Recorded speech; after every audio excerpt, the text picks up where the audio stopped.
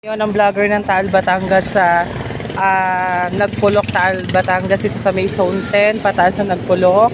Ngayon po, hanap ulit kami ng mabibigyan ng 5 kilong bigas.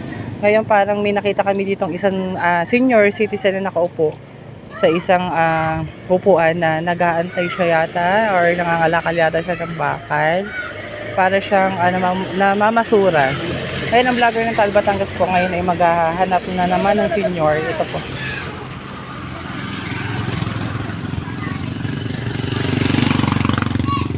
Naghahanap po kami ngayon ng mabibigyan po ng 5 kilong bigas. May naispatan po kaming isang senior citizen.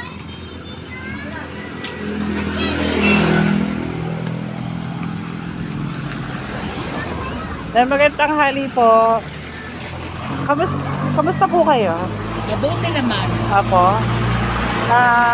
Kinawalang makain, masaya pa rin. Pandayan po rin na sonte. Sonte. Kumain na po kayo? Kumain na po kayo? Hindi pa. Kilala niyo po kung sino po ako? Ako po ay vlogger po ng Taal. Vlogger ng Taal, Batangas. Muna po kayo, Nay. Ilang taon na po kayo, Nay? 73. Ano pong hanap buhay niyo ngayon? Wala.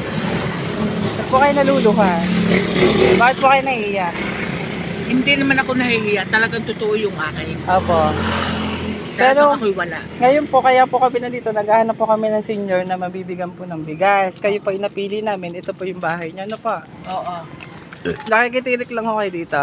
Oo naman bunso. Tayo pinaalis na diyan eh. Kaya nga po. Na ito po, 5 kilong bigas, sandog po ng vlogger ng Taal.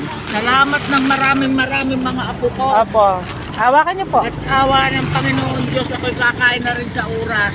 Yan po ay ibigay sa atin ng mabuti nating sponsor sa vlogger ng Taal. Nagandog po kami ng 5 kilong bigas para sa inyo. Palakpakan niyo po yung sarili niyo, Nay. Ano pong, ilang araw niyo po yung makakain? Mga 1 linggo rin mahina. 1 linggo po. Napakalaking tulong po yan. Kami po ay nagpapasalamat sa sponsor ng vlogger ng Taal. Tuloy-tuloy pa rin po ang aming pagtulong. Magpasalamat po kayo sa mga sponsor. Salamat po ng marami po sa inyo na sa paglilingkod niyo sa akin ay ako inyo pong binigyan. Malaking tulong po yan. Malaking tulong ang aring inyong bibinigay sa akin. Kaya ako po ay nagpapasalamat ng marami po sa inyo. Kung Okay. kayo naman magkakaroon ulit, huwag ninyo akong pababayaan. Apo, tuloy-tuloy pa rin po ang pagtulong ng vlogger ng Taal sa mga kagaya ni nanay ng senior citizen na talagang lubos na lang ang kailangan. Maraming salamat po sa inyo.